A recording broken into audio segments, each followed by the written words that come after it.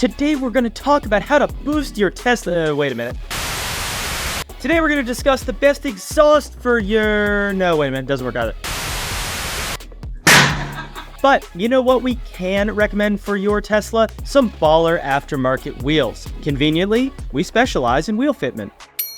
So today, I'm going to be here showing you some of the coolest designs for the Model Y and what specs you should run for the optimal fitment on your Tesla. As you can probably tell from the title, this wheel fitment guide is all about one of Tesla's SUVs, the Model Y. Years 2020 until they stop making it. We'll look at what wheels and tires fit, look good, what range you can expect, and what they look like lowered or lifted. Now first, let's talk the wheel fitment basics for this platform. You've got a lug pattern of 5x114.3, M14x1.5 lug thread, 64.1 center bore, and 130 foot-pounds of lug torque. Getting into the recommended aftermarket wheel specs, when we looked at Mach-E fitment, which you can see on our channel, we found that the type of wheels people run tend to be all over the place. You'll see 18s, 19s, all the way up to 22s. For the Model Y, though, the vast majority of aftermarket wheels are sized at 20 inches, even though these crossovers come with 21s or 19s out of the box. In addition to, of course, the factory 20-inch wheel. 20s give a nice mix of looks and performance. They fill out the fender arches nicely, and they give improved range over the larger 21-inch wheels. Yes, long-range models will get about 7% more range with the 19s, but this size is kind of in an awkward spot between a sporty and an off-road look, and so therefore we recommend 20s. Width and offset are normally more aggressive for aftermarket wheels, and there's plenty of room to run some big old wheels with meaty tires on this platform. Anything from a 10 to 11-inch wide wheel with an offset between 30 and 40 tends to be the norm. Tires, of course, follow suit, being sized up to 265 or even 275 in width, depending on what you're doing with your car. Now, the Model Y uses an M14 lug stud. Most Japanese wheels will come drilled for an M12. So what do if you want M12 wheels on an M14 wheel? Well, if you want to attempt the DIY job, which I've done before prior to working here, it's not that bad, the correct method is to bore them with the most precise tooling you have. If you have access to a mill or a drill press, use that, or just a hand drill if you have surgeon-like accuracy. Get close with the drill bit and then finish off with a slightly over M14 reamer. If you have mega expensive wheels, you'll probably want to have a shop like us do this for you. Alternatively, if you don't want to permanently alter your wheels, you could opt for an M14 to M12 stud conversion. There are plenty of universal options on the market. This might be a bit more work, but it's reversible, and it means you can keep your aftermarket wheels at max resale value if that's the goal for you. Easiest option though, order wheels in M14 out of the box from the manufacturer if the option is available, or have us custom drill them for you. It costs nothing.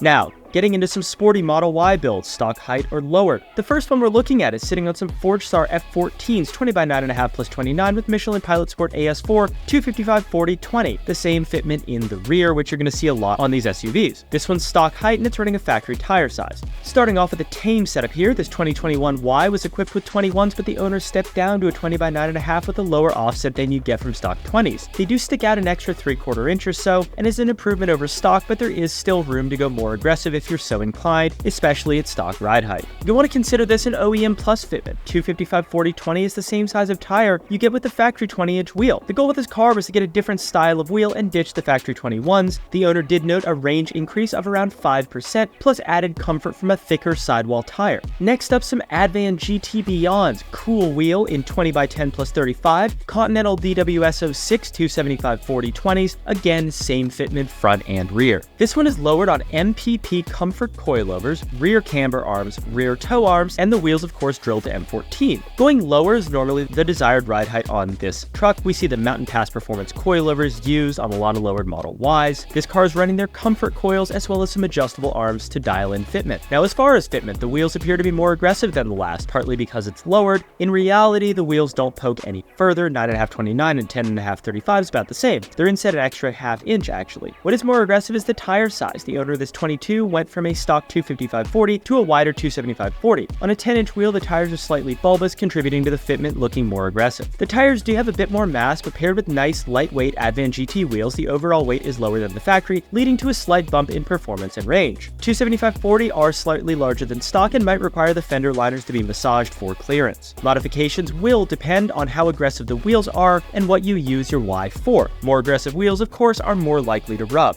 We had to do some TEs. This one's on TE37 Ultra M specs, 20x10 plus 30 with Falcon 5 FK510s, 255/40/20, 20x10 plus 30 in the rear with the 255/40/20 again. MPP comfort coilovers, once again, rear camber arms, no rolling fenders, no fender liner work was needed on this specific Model Y. If the last one was a little bit too practical for you, here's a Y with the mud flaps almost on the ground. Obviously, this ride height is not intended for performance, but it sure will get you that engagement on the gram. This one is another car on MPP comfort coilovers. Like I said, they're a very common choice on this platform. Lower offset on these TEs brings them out more than the previous example, and the tires were left factory sized. However, with a 10-inch wide wheel, they do have a fair bit of stretch. Besides the tires and the fact that this truck is lower, not too much is different. No fender modifications were required, although always advised with more aggressive wheels, considering it does have those factory sized tires. If you like TE37s, if you want them for your Y or any vehicle, we have them down in the description below for pretty much whatever you're looking for.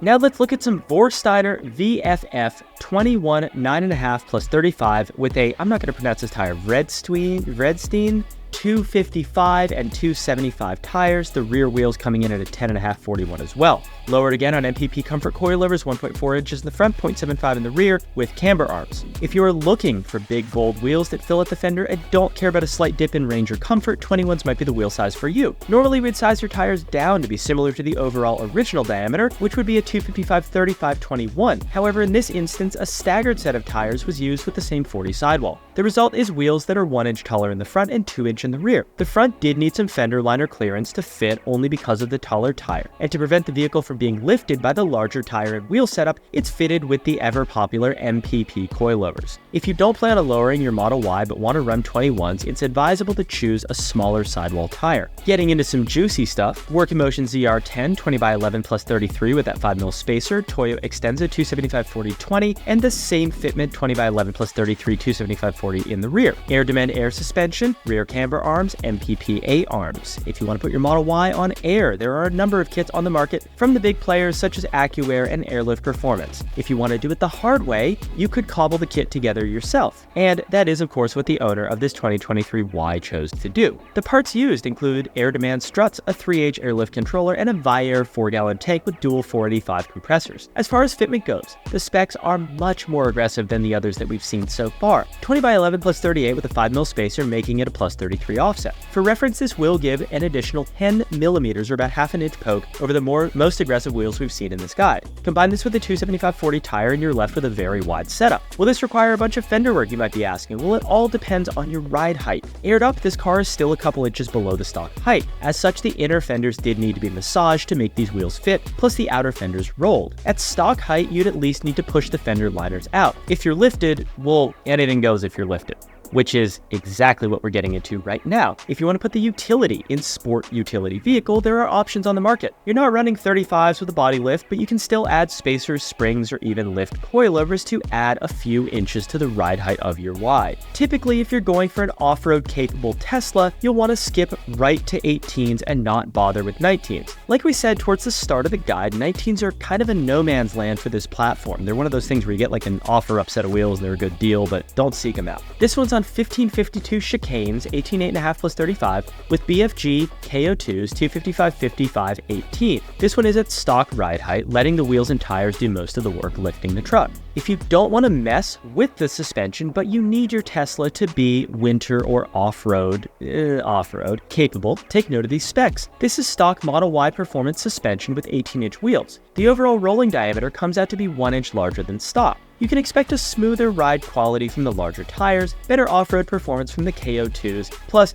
Captain Planet is happy because of the extra efficiency. The owner reported going from about 300 miles a charge to 340, which is a pretty sizable gain. Next up, we've got factory Model 3 Sportline wheels wrapped up in Falcon Wild Peak AT 255/55/18s. Normally we don't do OEM wheels in these guides, but it is technically not OEM on this. Lifted on T Sportline lift kit with a T Sportline bull bar, Rhino rack roof rack, Baja Designs lights, Baja Designs lights on the bumper, Baja Designs lights on the rear roof rack. If you can put a light and you can put Baja Design, this truck's got it. Like I said before, there are a lot of ways to achieve a lift. This car uses the T Sportline kit, which is effectively a 1.85-inch lift spacer. Beyond 2 inches of lift, you're going to run into CV axle angle issues and other problems with the suspension not liking being jacked up. This car is running the same size tires as the previous one, the only difference here being the lift kit. If you're looking to put a light rack on your Tesla or maybe your truck, you can shop the full collection of Baja Designs lighting in our store, which you can click down below and see. Baja Designs makes some really cool lights that I wish I could afford for my Raptor. Whatever direction you go with your Model Y, up, down, or stock ride height, we showed you some great options for performance and looks. To recap, 18s are used, want to run big tires and possibly lift your Y. Otherwise, stick with 20s or 21s. 19s are kind of a gray area on this particular platform. If you get a good deal on Marketplace, buy them, but otherwise, buy 20s. If you have a Model Y on some killer aftermarket wheels, be sure to add it to our vehicle gallery. I'm always looking to see some more EVs in the gallery. It's really cool to see what you guys are doing with these. Thank you guys so much for watching the video. If there's a car or truck or SUV or anything we should do a fitment guide on next, drop it in the comments down below. Thank you so much for watching, and I'll see you in the next one.